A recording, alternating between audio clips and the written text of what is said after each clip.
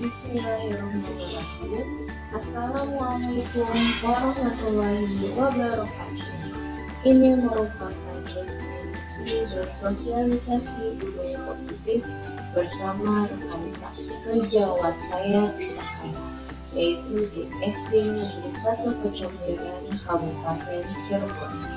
Ini merupakan tugas dari modul 1.4 tentang budaya positif pendidikan guru penggerak angkatan 8. Sebelumnya, perkenalkan, saya Alivia Batami Pratiwi. Saat ini saya bertugas di SD Negeri 1 Kecomberan.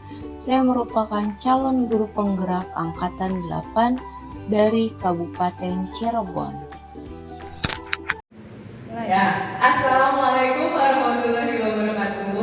Waalaikumsalam warahmatullahi wabarakatuh. Selamat datang Ibu dan Bapak dalam sosialisasi dan diseminasi budaya positif di sekolah. Perkenalkan, saya Alivia Batami Pratiwi dari SD Negeri 1 Kecomberan. Saya saat ini sedang mengikuti pendidikan guru penggerak di angkatan 8 Kabupaten Cirebon.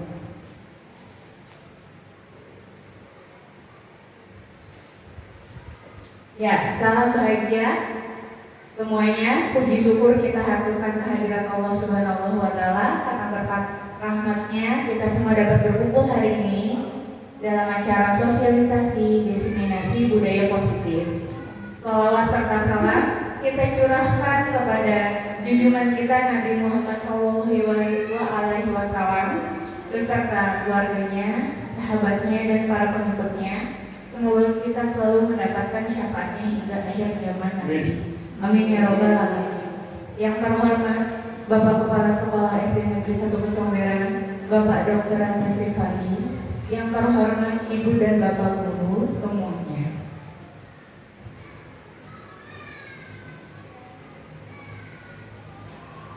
Ya, sebelum kita menganalisis apa itu budaya positif, kita harus mengetahui dulu tujuan pendidikan yang ada di Indonesia. Tujuan pendidikan yang ada di Indonesia menurut Ki Hajar Dewantara adalah menuntut segala kodrat manusia, menuntut segala kodrat yang ada pada anak-anak agar mereka dapat mencapai keselamatan dan kebahagiaan setinggi-tingginya, baik untuk dirinya sendiri maupun di dalam masyarakat.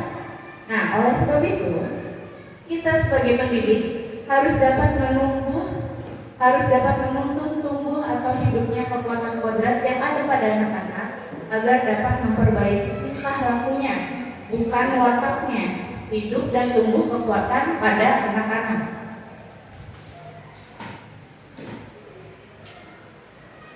Nah, Ki Hajar Dewantara juga mengibaratkan pendidik itu sebagai petani, lalu muridnya atau peserta didiknya itu sebagai biji tumbuhan,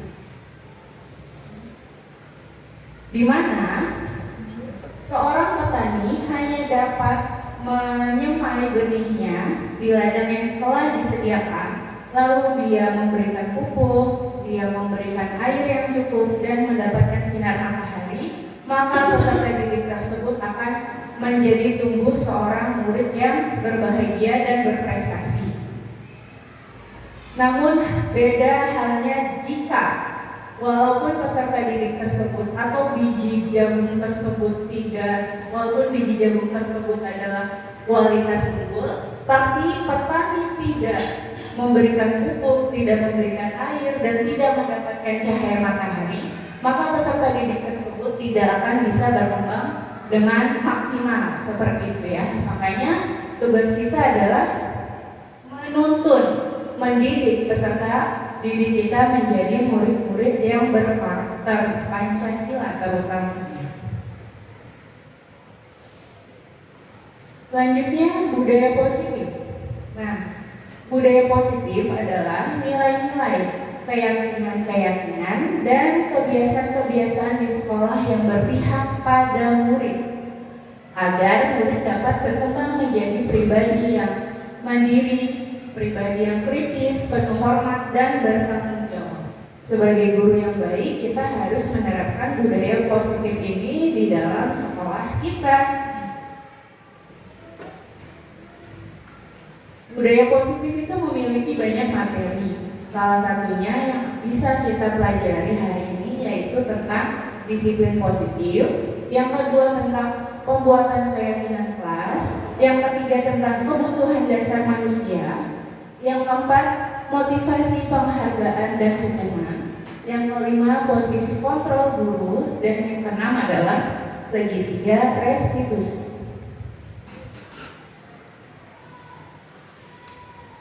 Apa makna disiplin positif? Ada yang tahu disiplin itu apa?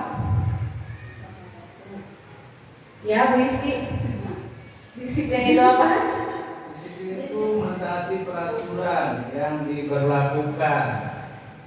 Ya, betul sekali Bapak. Disiplin itu mentaati segala peraturan yang ada di sekolah. Apakah itu benar peraturan? Nah, kita akan tahu selanjutnya.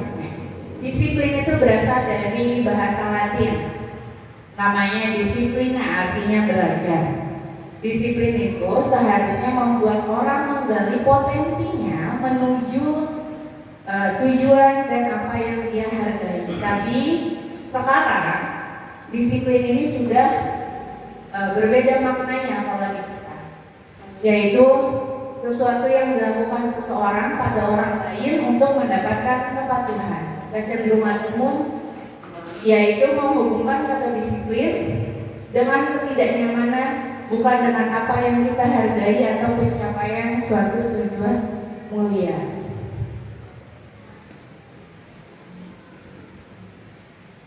Yang seharusnya disiplin adalah kemampuan untuk memerintahkan diri sendiri dalam mengontrol dan memilih tindakan yang mengacu pada nilai-nilai yang kita hargai dengan penuh tanggung jawab tanpa terperintah orang lain. Saya kasih contoh, semisal orang tua itu selalu meminta anaknya agar tidur lebih cepat, tidur tidak terlalu malam, agar besok bisa berangkat pagi ke sekolah, agar bisa berdisiplin. Kalau kamu tidak berangkat pagi ke sekolah, kalau kamu tidak tepat waktu, maka kamu akan kena hukuman. Nah, itu adalah disiplin yang sudah umum pada sekarang. Seharusnya yang harus kita ajarkan itu bukan kamu berangkat ke sekolah bukan karena takut dihukum, tapi kamu berangkat sekolah itu karena keinginan kamu sendiri, kamu menghargai waktu dan kamu ingin mendapatkan pengetahuan seperti itu.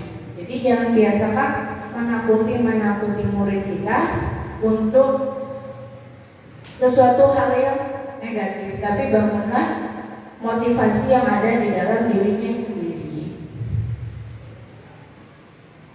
Penerapan disiplin positif yang sudah ada di SD Negeri Kecomberan, yaitu yang pertama, kita selalu melaksanakan upacara bendera di hari Senin.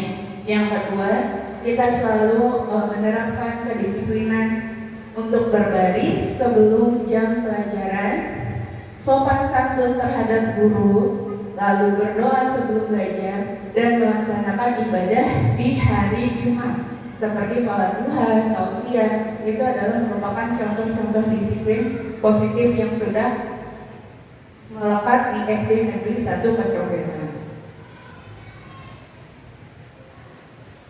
Nah, untuk menentukan disiplin positif, untuk menumbuhkan disiplin positif di sekolah, untuk meyakinkan anak-anak bahwa mereka datang ke sekolah itu bukan untuk ditakut-takuti. Jadi kita harus membuat sebuah keyakinan kelas.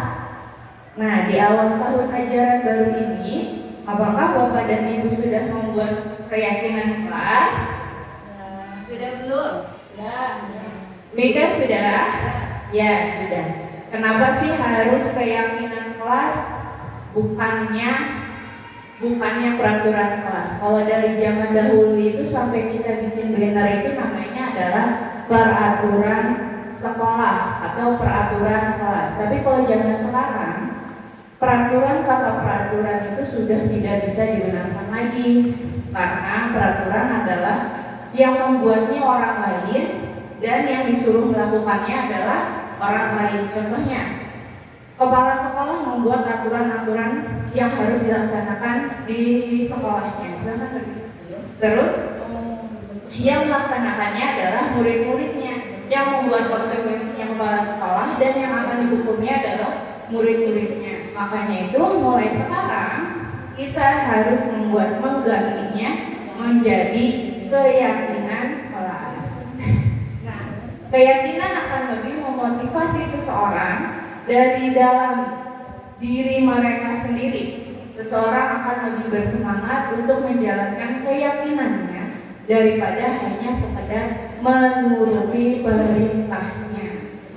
Ya, kebetulan di sekolah kita Pembentukan kami sudah menerapkan setiap sekolah dan kelas itu adanya kesepakatan antara wali kelas dan orang tua siswa kaitan dengan pelaksanaan pembelajaran di sekolah. Mungkin ini yang dimaksud dengan keyakinan yang ada di sekolah kita. Dengan adanya kesepakatan ini bisa memperlihatkan bahwa adanya hubungan positif antara sekolah dan orang tua siswa, sehingga pelaksanaan pembelajaran di sekolah ketika ada hal yang tidak diinginkan ini kita kembalikan kepada kesepakatan yang sudah dijalin antara sekolah dan orang tua siswa seperti itu. Betul sekali Bapak Kepala Sekolah, terima kasih. Nah, saya kasih contoh lagi perbedaan keyakinan dan peraturan. Kalau kita naik kendaraan bermotor, kita harus memakai helm. Kenapa kita harus memakai helm? Satu, apakah karena takut ditilang atau karena demi keselamatan kita? Kebanyakan kalau deket adalah nggak usah pakai helm, nggak ada polisi. Ya, tapi kalau misalkan kita pergi ke sumber, kita harus pakai helm. Itu kenapa? Karena itu peraturan yang sudah diperintahkan oleh negara kita. Tapi sebenarnya mau jauh mau dekat, kita itu harus menggunakan helm karena menyangkut dengan keselamatan. Seperti itu bedanya peraturan dan keyakinan. Nah, kalau keyakinan kelas itu kita harus berbicaranya dengan singkat, padat, dan jelas. Yang pertama, keyakinan kelas itu bersifat universal. Keyakinan kelas dibuat dalam bentuk positif dan keyakinan kelas itu mudah diingat.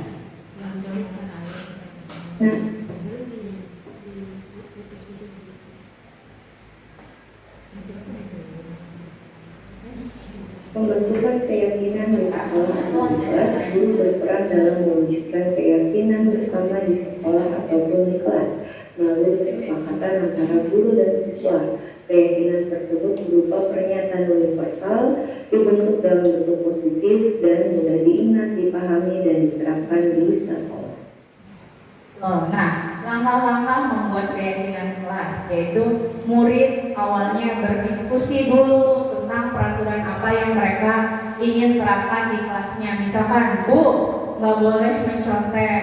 Yang kedua, Bu, nggak boleh datang terlambat. Bu, tidak boleh membuang sampah sembarangan. Bu, tidak boleh mengejek orang tua. Itu semua pikiran-pikiran murid biar mereka mengaktualisasikan pikirannya sendiri, apa aja yang harus mereka terapkan di dalam kelas. Itu kita harus menyerahkan kepada murid. Jadi bukan kita yang membuat peraturannya. Yang kedua, mengubah kalimat negatif menjadi kalimat positif. Contohnya, tidak boleh mencontek. Berarti kita ubah menjadi kalimat positifnya menjadi apa ya? Tidak boleh mencontek. Kita bekerja dengan jujur. Tidak boleh mengejek orang tua. Berarti saling menghormati. Gitu. Terus tidak boleh membuang sampah sembarangan. Diganti kalimat positifnya menjadi buanglah sampah pada tempat. betul. Nah itu untuk peraturan di kelas kita, usahakan jangan pakai kata tidak. Itu pakai harus kalimat positif. Selanjutnya mengidentifikasi dengan kebijakan universal. Terus membuat kalimat keyakinan kelas berdasarkan kesepakatan bersama. Kalau di kelas 6 itu sudah membuat kesepakatan bersama seperti ini. Ini adalah tahap kedua, mengubah kalimat positif, mengubah kalimat negatif menjadi kalimat positif. Contohnya, kita harus saling menghormati. Yang kedua, saling menyayangi dan saling peduli. Yang ketiga, dan yang keempat, menjaga barang-barang sekolah. Yang kelima, tertib saat jam pelajaran. Yang keenam, membawa peralatan sekolah. Terakhir, menjaga kebersihan. Ini adalah ada di poin nomor 2. Selanjutnya, membuat kalimat keyakinan kelas berdasarkan kesepakatan. Nah, ini kalimatnya yang harus kita tempel juga di dalam kelas. Contohnya, kami siswa-siswi kelas 6 selalu bertanggung jawab dan disiplin. Bertanggung jawab dan disiplin ini berhubungan dengan datang tepat waktu, memakai seragam sesuai aturan sekolah. Kami siswa-siswi kelas 6 akan menjaga ketertiban di kelas dan di sekolah. Ini berkaitan dengan tidak ribut saat jam pelajaran atau tidak mencontek pada tahanan. Kami siswa-siswi kelas 6 akan selalu berperilaku sopan santun dan tata krama. Ini berhubungan dengan kita harus saling menghormati, tidak mengejek orang tua dan lain-lain. Terakhir adalah yang kita buat di kelas 6 yaitu kami siswa-siswi kelas 6 akan saling bertoleransi, sayang, peduli pada teman dan guru. Ini berkaitan anak-anak untuk tidak saling bertengkar atau saling mengejek. Terakhir yaitu membuat contoh perbuatan baik dan tidak baik.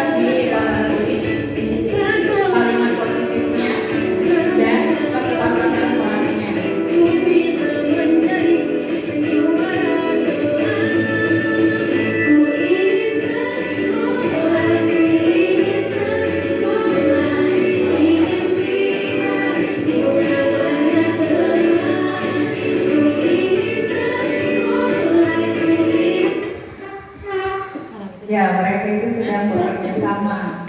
Semoga dengan peraturan atau keyakinan kelas yang mereka buat sendiri ini, mereka tergerak untuk melaksanakannya. Karena ini adalah peraturan yang mereka buat, bukan diperintahkan seperti itu. Selanjutnya, Yuk, lanjut. oke, studi kasus yang pertama. Saya bacakan ya.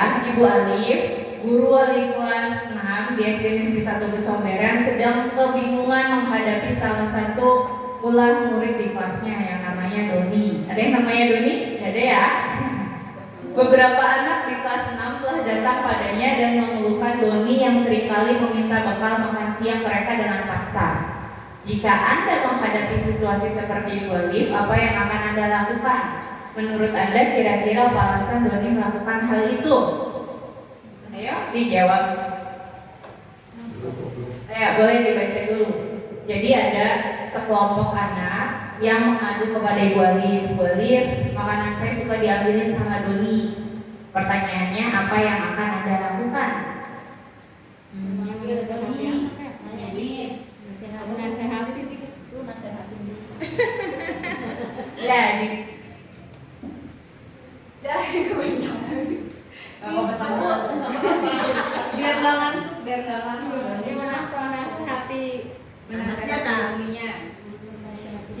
hati doninya. Dibaliknya yang dinasihati. Anaknya Agar tidak ulangin lagi, Bu. ya agar tidak diulangin lagi. Terima kasih ya. Nah, kira-kira kenapa ya Doni melakukan mengambil makanan teman-temannya? Mungkin di rumahnya Belum sarapan atau orang tuanya sibuk sehingga tidak bisa menyiapkan makanannya. Betul. Ada lagi? Kira-kira alasan lain kenapa Doni melakukan itu? Coba. Nggak mirip benar. Mungkin bakat anak memang ada kayak gitu, bukan kalah. Ya. Jadi harus benar-benar dikasih Iya. apa ya, sesuatu yang positif buat dia, kurang. Ya. Bisa dari wali kelasnya, kepala sekolahnya. Terima kasih Pak Didi. Ya, betul sekali. Itu adalah berhubungan dengan kebutuhan dasar manusia. Nah, sebelum menjawab pertanyaannya tadi, kebutuhan dasar manusia itu ada 5. Yang pertama adalah bertahan hidup. Kayak tadi, kita butuh makanan, kita butuh uang, kita butuh tempat tinggal, kita butuh perlindungan, kita butuh keselamatan untuk bertahan hidup. Yang kedua, kita butuh kasih sayang dan rasa diterima. Setiap orang pengen dong rasanya diperhatiin, ya pengen dong rasanya disayangin. Tuh, yang ketiga, kekuasaan. Setiap orang seperti ayah atau ibu punya kekuasaan pada siapa? Kepada anaknya. Ya, kalau anak-anak pasti mereka juga pengen memiliki kekuasaan kepada teman-temannya. Yang selanjutnya yaitu kebebasan. Murid-murid kita ini tidak bisa terus-menerus dipaksa sesuai dengan keinginan kita. Mereka pasti memiliki keinginan untuk bebas melakukan apapun yang mereka inginkan. Terakhir yaitu kesenangan. Kesenangan ini berhubungan dengan rasa bahagia, rasa syukur, jalan-jalan, itu adalah bentuk rasa kesenangan. Tindakan manusia atau tindakan Doni, tindakan setiap orang melakukan sesuatu perbuatan itu pasti memiliki tujuan yang ingin mereka dapatkan. Nah, apabila perbuatan tersebut melanggar atau bertentangan dengan nilai-nilai kebajikan, pasti itu ada salah satu kebutuhan dasar manusianya yang tidak terpenuhi. Contohnya tadi yang Doni. Kemungkinan ada 5. Kenapa alasan Doni mengambil makanan teman-temannya? Yang pertama, betul kata Bu Ika, Doni kelaparan dan tidak dibawakan bekal makan siang oleh orang tuanya. Yang kedua, Doni kekurangan kasih sayang.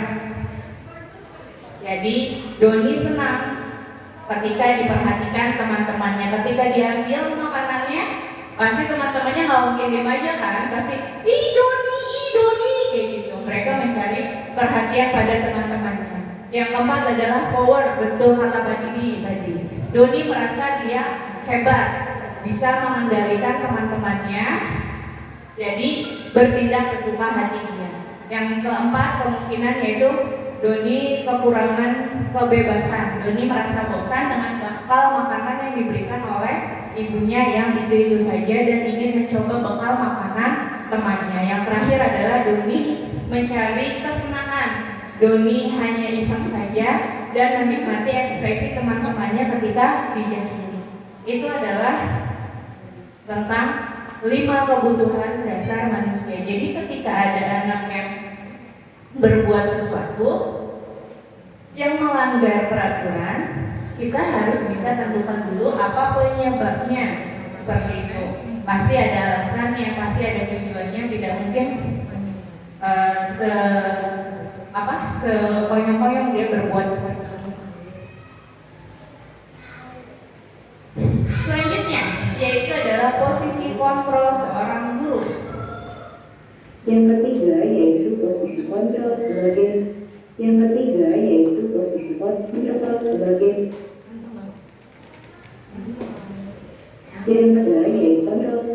seorang guru. Ada 5 posisi kontrol yang dapat digunakan oleh seorang guru, yaitu sebagai penghukum, sebagai pembuat merasa bersalah, sebagai teman, sebagai pemantau, dan sebagai manajer. Di antara kelima posisi kontrol tersebut, sebaiknya seorang guru menggunakan posisi sebagai seorang manajer. Nah, seorang guru itu punya 5 kontrol dalam dirinya terhadap masalah yang sedang dihadapinya. Tadi kasusnya, kasus Doni. Misalkan seorang guru itu sebagai penghukum, lalu dia akan langsung meminta Doni datang ke kantor, entah itu bisa hukuman secara verbal atau hukuman secara fisik. Misalkan verbal, kamu kurang ajar ya, kamu mencuri makanan teman-teman kamu, itu kan hukuman. Itu adalah posisi gurunya sebagai kontrol. Atau bisa saja sebagai penghukum, guru itu langsung menjewer anaknya gitu kan ya, sini tangan kamu, plak, kan tangannya digeplak. Terus jangan sekali-kali lagi kamu melakukan itu, atau ibu bisa melakukan hal yang itu adalah sebagai posisi kontrol. Yang kedua, membuat merasa bersalah.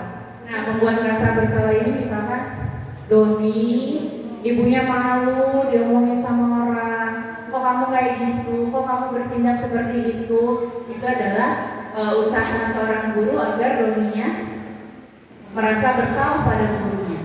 Seorang teman, posisi kontrol seorang teman. Jadi guru ini karena sudah saking dekatnya sama Doni, dah Doni kamu tenang aja ya, nanti ibu yang bilang ke teman-teman kamunya, kamu kalau lapar tinggal bilang aja.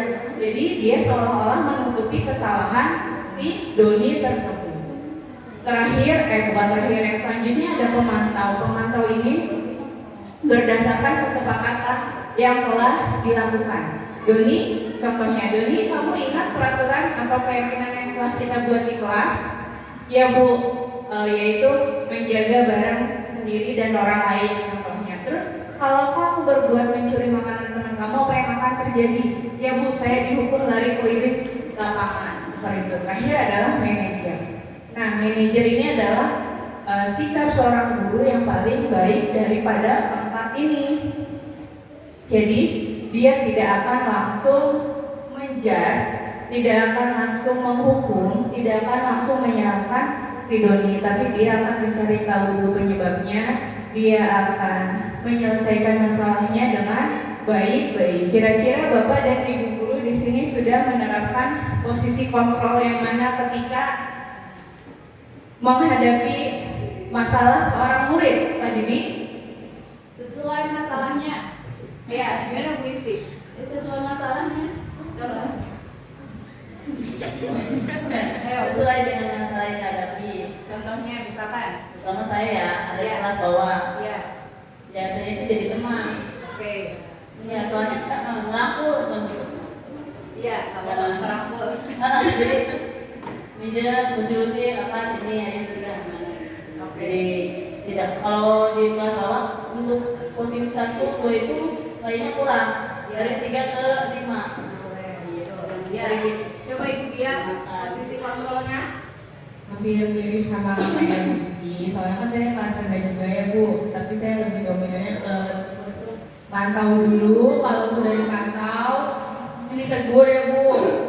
Saya tegurnya dengan cara yaitu yang ketiga, yang kelima, ya dirangkul. Soalnya kalau misalnya nggak gitu anak-anak kelas rendah jadi nangis, nggak masuk nanti. Oke, Bu Ika. Ini manajer kalau saya kadang-kadang menghukum, tapi menghukumnya dengan cara verbal, tidak dengan fisik gitu ya. Nanti kamu kalau begini-begini nanti kena hukuman, atau misalnya kalau kamu sering mencuri nanti bisa polisi datang gitu untuk menakut-nakuti. Kemudian juga bisa membuat merasa bersalah. Misalnya kalau kamu ambil punya orang lain, kalau kamu misalnya diambil oleh orang lain gimana? Bersalah. Kemudian sebagai teman belum ya, sebagai teman belum memantau, misalnya apa ya? Misalnya ada anak-anak kurang baik akhlaknya, saya memantaunya. Anak-anak ini tadinya begini, nakal, saya pantau, dinasihati gitu. Kita aja manajer. Ya, terima kasih Ibu dan Bapak Guru yang sudah menjawab. Ya betul, kita terkadang memposisikan diri kita itu terhadap kasusnya dan terhadap anaknya. Ya, nanti kita akan mengetahui posisi apa sih yang sebenarnya paling baik dalam menjadi menghadapi masalah bersama. Ini adalah perbedaan penghukum, pembuat orang merasa bersalah, teman, pemantau, dan manajer. Contohnya, penghukum itu menghardik, menyakiti, dan menyindir. Gitu. Kalau pembuat merasa bersalah, ibu kecewa nih, ibu kecewa banget nih sama kamu. Nah, kalau teman membuat alasan-alasan untuk muridnya. Kalau pemantau yaitu menghitung dan mengukur tentang peraturan-peraturan yang ada di sekolah. Terus terakhir adalah manajer mengajukan pertanyaan-pertanyaan. Contoh perkataannya, kalau kamu tidak melakukannya, awas ya, rasakan apa yang akan ibu berikan kepada kamu. Selanjutnya, kalau yang pembuat merasa bersalah, kamu seharusnya sudah tahu ibu lelah sekali mengatakannya. Ibu stres. Kalau teman, ayolah lakukan demi ibu, masa kamu tidak mau. Terus kalau pemantau, apa peraturannya? Kalau manajer, apa yang kita yakini, apa yang bisa kita kerjakan untuk memperbaiki masalah ini.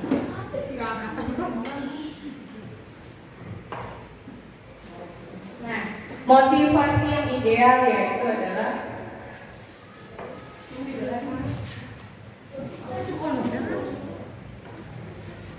selanjutnya, yaitu tentang motivasi, penghargaan, dan hukuman.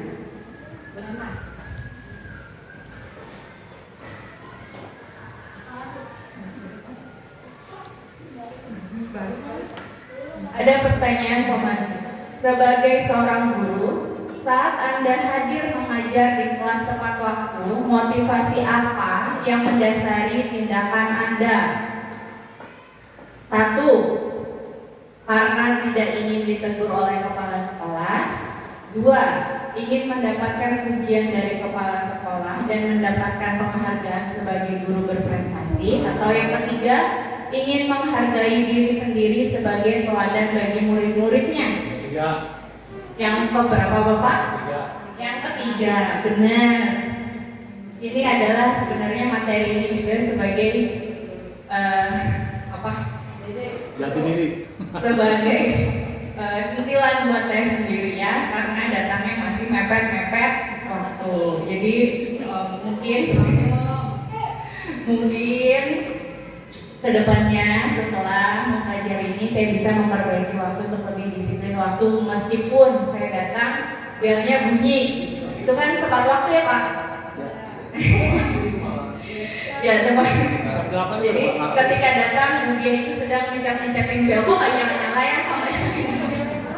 Ya itu udah setiap hari. Ya untungnya kalau sebelum-sebelumnya kan lebih gitu ya, kantornya udah seperti. Kalau sekarang ya datang belnya lagi dinyalain, jadi tepat waktu. Jam 8 juga tepat waktu. Ya, alhamdulillah. Saya insya Allah akan memperbaiki ini terus.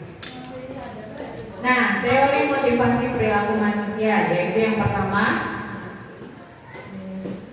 menghindari ketidaknyamanan atau hukuman. Itu adalah motivasi eksternal. Sini aja. Ya. Yang kedua yaitu untuk mendapatkan imbalan dari orang lain. Yang ketiga yaitu untuk menghargai diri sendiri, yaitu adanya motivasi internal atau tujuan dari disiplin positif. Jadi ketika kita melakukan sesuatu, seharusnya kita melakukannya dengan kesadaran diri tanpa ada ketakutan akan hukuman atau keinginan mendapatkan penghargaan. Selanjutnya pertanyaannya, jawab setuju atau tidak. Hukuman dapat mendisiplinkan anak, setuju atau tidak? Setuju. Apa Pak Didi? Setuju. Oke. Yang kedua, pemberian hukuman dengan hal positif seperti membaca atau membersihkan halaman sekolah dapat meningkatkan disiplin anak-anak, setuju atau tidak? Setuju. Yang ketiga, memberi penghargaan dapat meningkatkan motivasi belajar, setuju atau tidak? Setuju. Oke. Apakah benar ini setuju semua? Setuju. Coba kita lihat ya dari teorinya. Nah, yang kita akan bahas selanjutnya itu tentang hukuman dan penghargaan. Tahukah Bapak dan Ibu, tidak selamanya penghargaan yang kita berikan kepada anak itu bermanfaat, malah akan membuat seseorang dirugikan. Satu contohnya, hukuman dan penghargaan itu sama-sama menjatuhkan harga diri seorang siswa. Contohnya, misalkan dalam kelas yang mengadakan sistem ranking, ada 2 orang siswa yang pintar, mereka saling berebut untuk mendapatkan ranking 1. Tapi akhirnya nilai mereka sama. Tapi karena gurunya lebih dekat dengan orang tua yang satunya, maka guru tersebut memberikan ranking 1 itu kepada yang lebih dekat kepada orang tua. Jadi yang paling tersakiti adalah yang kedua. Terus misalkan kita bikin sistem ranking dari 1 sampai 10. Ada dong ranking yang 37, ada dong yang ranking yang 44. Nah, apakah perasaan anak-anak yang rankingnya paling jauh itu, apakah mereka senang? Tidak. Mereka tidak bisa itu bukan karena keinginan mereka. Ya, pasti mereka akan merasa sangat sedih. Kita juga tidak adil kepada sistem rankingan itu, karena sistem rankingan itu hanya berdasarkan nilai yang masuk, bukan berdasarkan sebenarnya setiap anak itu memiliki potensinya masing-masing. Ada anak yang rajin berangkat sekolah, rajin mengerjakan tugas, selalu mendapatkan nilai yang besar. Dia pasti selalu mendapatkan perhatian dari gurunya, selalu mendapatkan nilai 100 dari guru. Tapi ada anak yang sukanya main bola. Jika dibandingkan anak yang pintar dengan anak yang main bola ini diadu gitu, siapa yang menang? Pasti anak yang main bola. Nah, itu bedanya. Tapi salahnya di sistem kita, sistem rankingan adalah hanya berdasarkan nilai. Sedangkan tentang keahlian dia main bola tidak dihargai. Makanya itu penghargaan itu tidak selamanya baik, ya. Penghargaan itu jangka pendek dan jangka panjang. Saya tahun kemarin itu membuat papan bintang. Setiap anak yang bisa menjawab dikasih bintang 1, ya semua menjawab. Gitu. Setiap anak yang mengerjakan tugas, ya dikasih bintang. Tapi itu hanya sementara. Ketika saya lupa memberikan bintangnya, mereka diem aja. Gitu.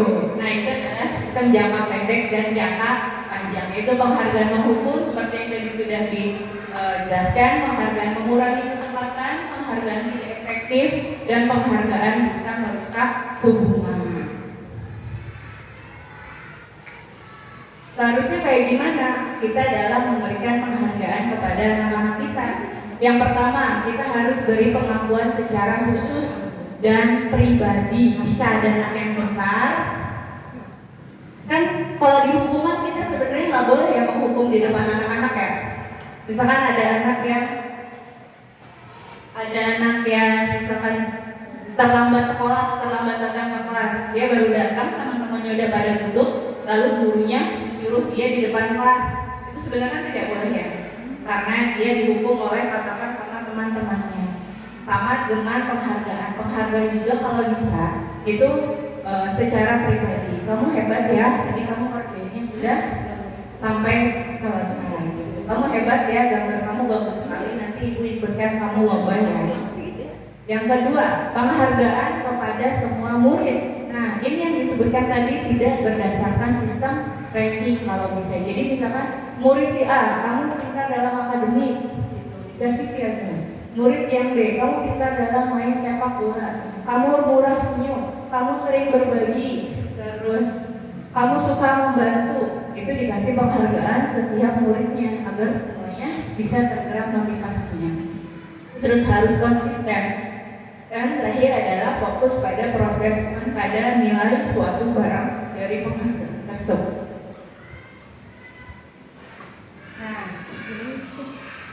kasus lagi. Iva kurang menguasai pelajaran matematika, sehingga pada saat pelajaran tersebut berlangsung dia lebih banyak berdiam diri atau menggambar di buku pelajarannya. Pada saat guru matematikanya Pak Seno menanyakan pertanyaan, Iva menjadi gugup dan tak sengaja menjatuhkan tasnya dari kursi, serta tiba-tiba menjadi gagap pada saat berupaya menjawab. Seluruh kelas pun tertawa melihat perilakuan Iva yang bicara tergagap dan terkejut tersebut. Pak Seno pada saat itu membiarkan teman-teman Iva mentertawakan Iva yang tergagap dan malu luar biasa, dan malahan minta Iva untuk maju ke depan dan berdiri di depan kelas sambil menunjuk hidungnya karena tidak bisa menjawab pertanyaan dari Pak Seno. Kelas semakin gaduh dan anak-anak pun tertawa melihat Iva di depan kelas memegang ujung hidungnya. Saya persingkat, ada anak yang kurang dalam matematika. Lalu jadi dia hanya diam atau menggambar. Tapi tiba-tiba gurunya itu nunjuk, Iva coba kamu maju ke depan kerjakan tugas.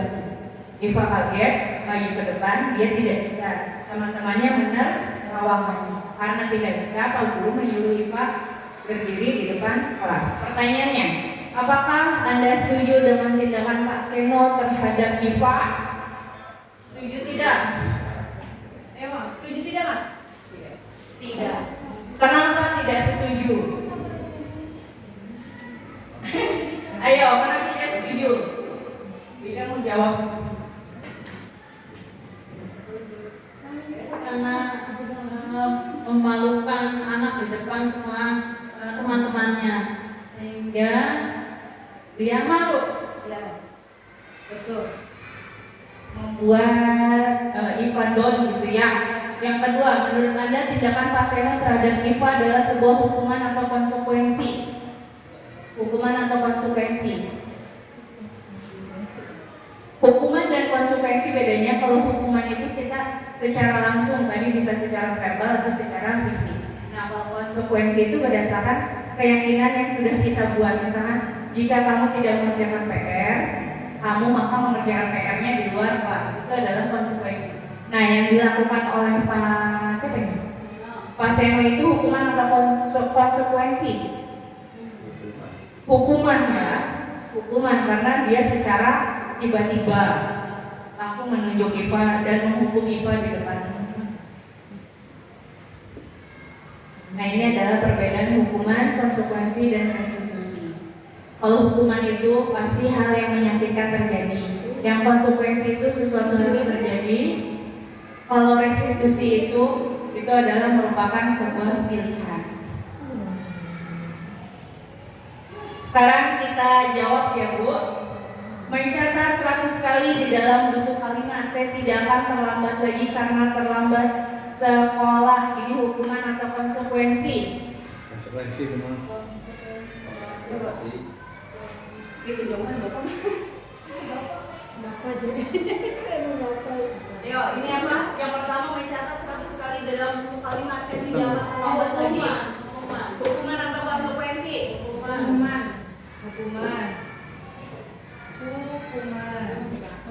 Lari mengelilingi lapangan basket 2 kali karena terlambat hadir di sekolah. Hukuman.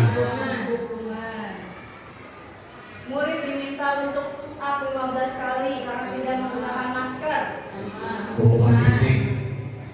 Hukuman. Menggantikan kertas tugas teman yang telah dicoret-coret.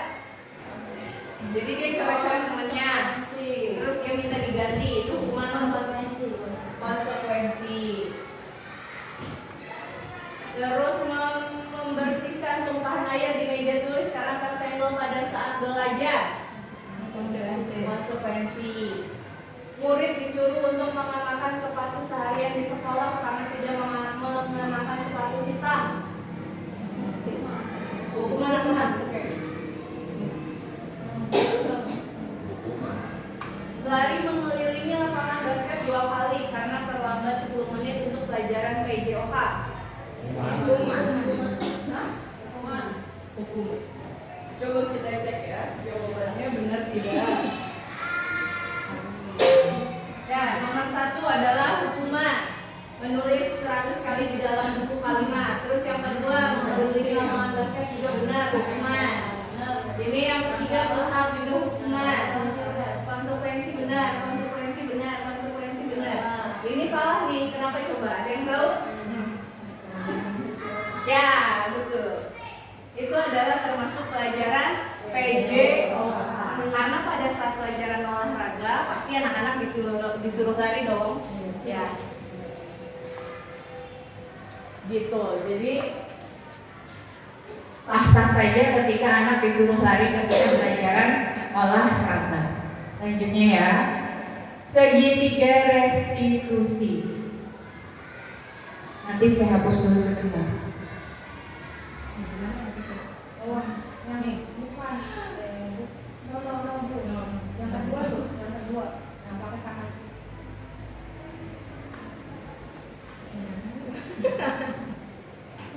Posisi kedua.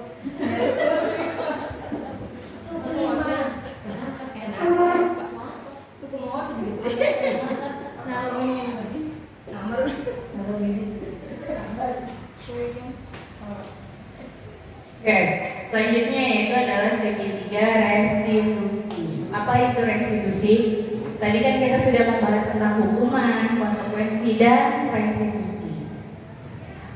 Restitusi adalah proses menciptakan kondisi bagi murid untuk memperbaiki kesalahan mereka, sehingga mereka bisa kembali pada kelompok mereka dengan karakter yang lebih kuat. Restitusi juga merupakan proses kolaboratif yang mengajarkan murid untuk mencari solusi untuk masalah mereka dan membantu murid berpikir tentang orang seperti apa yang mereka inginkan menjadi tujuan dan bagaimana mereka harus diperlakukan orang lain. Restitusi ini dilakukan sebagai posisi kontrolnya adalah manajer tadi. Jadi dia tidak memberikan hukuman, tidak memberikan konsekuensi, tapi dia melakukan sebuah kegiatan restitusi. Ada yang namanya segitiga restitusi. Segitiga restitusi ini yaitu proses menciptakan kondisi bagi murid untuk memperbaiki kesalahan mereka, sehingga mereka bisa kembali pada kelompok mereka dengan karakter yang lebih kuat. Melalui restitusi, guru dapat yang pertama membantu murid menjadi lebih memiliki tujuan, disiplin positif, serta memulihkan dirinya setelah berbuat salah. Yang kedua yaitu membantu murid untuk jujur pada diri sendiri dan mengevaluasi dampak dari kesalahan yang dilakukan. Yang ketiga yaitu memberikan penawaran, bukan paksaan.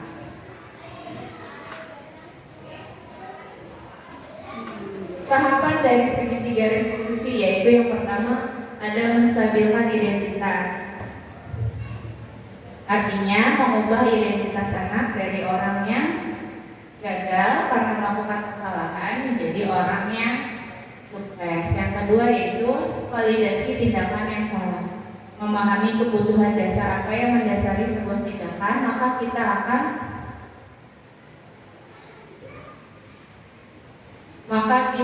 menemukan cara yang paling efektif untuk memenuhi kebutuhan tersebut. Yang terakhir yaitu tanyakan keyakinan. Setelah melakukan langkah 1 dan 2, maka anak akan siap dihubungkan dengan nilai yang dipercaya, berpindah menjadi orang yang diinginkan. Contohnya kasusnya itu seperti kemarin ketika Tata memecahkan timbangan. Nah, yang pertama itu menstabilkan identitasnya. Distabilkan identitas ini, kita bisa menanyakan kepada anak tersebut bagaimana kejadiannya. Anak tersebut pasti akan menjawab, "Ya Bu, tadi saya sedang bermain dorong-dorongan, ejek-ejekan dan tidak sengaja menendang timbangan kaca yang ada di bawah lantai."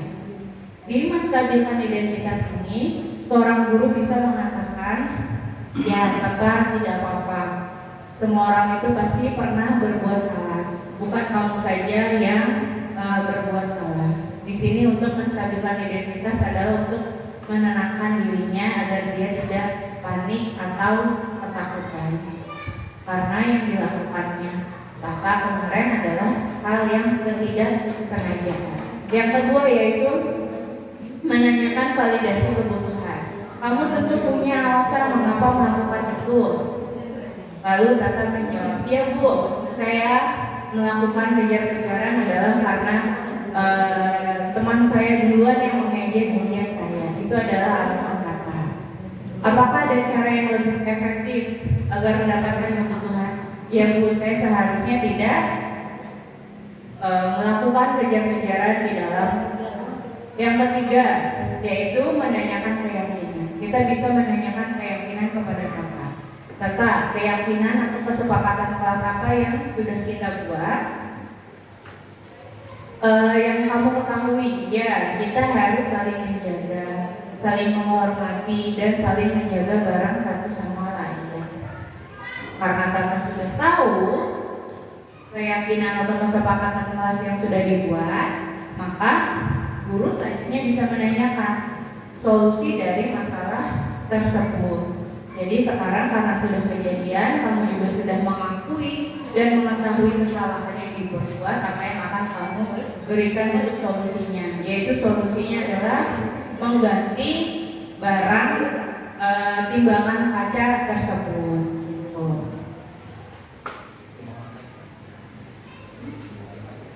Iya, timbangan kaca kemarin pecah karena anaknya mainan. Nah, dengan menerapkan segitiga restitusi ini, kita lebih menghargai murid kita, tidak menghukum, misalkan cepat beresin, atau kenapa kamu ngelakuin itu, atau dengan menjewer, atau dengan memukul kamu ya, sudah melakukan hal yang tidak baik, atau juga tidak membuat merasa bersalah. Kata, kamu kasihan dong sama ibu, itu kan barang milik sekolah, kenapa kamu rusakin gitu. Itu kan tidak ya. Terus yang ketiga yaitu sebagai teman, atau saya tidak juga menutupi kesalahan kata, misalkan dengan Bu Alif, kenapa ini kacanya pecah gitu. Iya tadi nggak sengaja anak-anaknya gitu. Padahal sebenarnya adalah anak-anak tersebut yang memecahkan timbangan kaca tersebut. Jadi yang paling baik untuk kita adalah sebagai posisi manajer dan melakukan segitiga restitusi. Nah ini adalah ada contoh penerapan segitiga restitusi di sekolah. Pada suatu hari saat pembelajaran di kelas, guru tidak dapat melanjutkan pengajaran dikarenakan harus menghadiri rapat bersama kepala sekolah, lalu memberikan tugas kepada murid-muridnya. Namun pada saat mengoreksi pekerjaan murid-muridnya, ada satu anak yang tidak mengumpulkan tugas, padahal murid tersebut berangkat ke sekolah. Lalu guru memanggil murid tersebut untuk mengkonfirmasi masalahnya.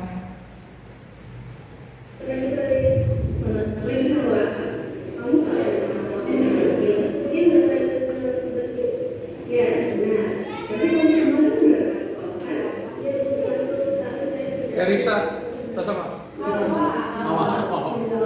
Oh iya apa? Tapi setiap tindakan itu pasti ada alasan. Kenapa kamu tidak melakukan? Saya capek dengan soalnya soal itu Nah, di tahap restitusi yang pertama, ini adalah contoh ya. Ini adalah sebuah contoh, bukan sebuah kejadiannya. Contoh kejadiannya maksudnya. Jadi awal ini dia tidak mengerjakan tugas saat gurunya memberikan tugas. Ketika dikoreksi, tugasnya tidak ada gitu. Jadi seorang gurunya menanyakan kebenaran tersebut, tidak langsung menuduh, tapi menanyakan bagaimana kejadiannya dan apa alasannya. Ini adalah segitiga menstabilkan identitas. kamu sih ingat kayak kelas kita. Kalau masih ingat kira-kira yang kamu lakukan itu sudah sesuai dengan keyakinan kelas itu. Keyakinan kelas yang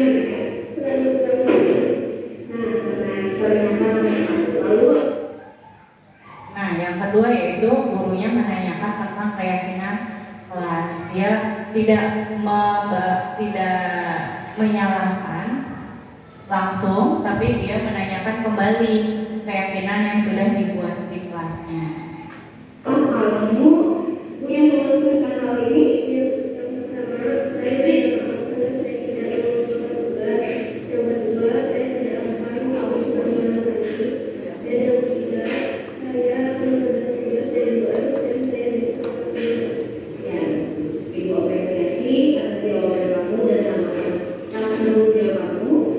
Dan semoga kejadian seperti itu tidak terjadi lagi. Yang awal, semangat memiliki. Alhamdulillah. Nah, terakhir yang tadi adalah proses menanyakan keyakinannya itu. Jadi kalau kita lihat prosesnya dari awal sampai akhir tadi proses segitiga restitusi, apakah ada guru yang menyalahkan murid? Tidak. Apakah guru yang memberikan solusinya kepada murid? Juga tidak. Tapi murid sendiri yang memberikan solusinya untuk yang harus dia kerjakan atau dia lakukan. Sehingga kalau demikian dia akan lebih bertanggung jawab pada konsekuensi yang dia telah perbuat. Begitu. Nah, alhamdulillah, terima kasih. Materi budaya positif pada kesempatan kali ini sudah selesai.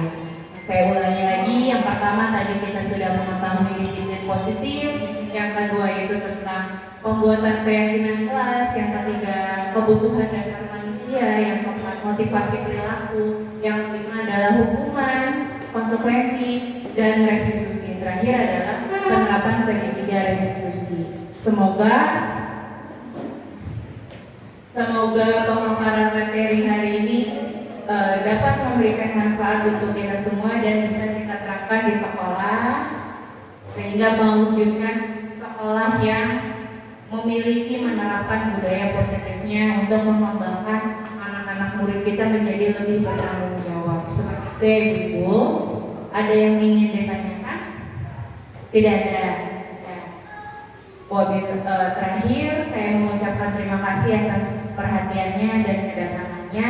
Mohon maaf bila ada perkataan yang salah, tingkah laku yang salah, atau kekurangan. Semoga kegiatan kita hari ini dapat bermanfaat untuk semuanya. Saya tutup pertemuan kita hari ini. Wassalamualaikum warahmatullahi wabarakatuh. Ya, terima kasih. Ya, ngantuk ya.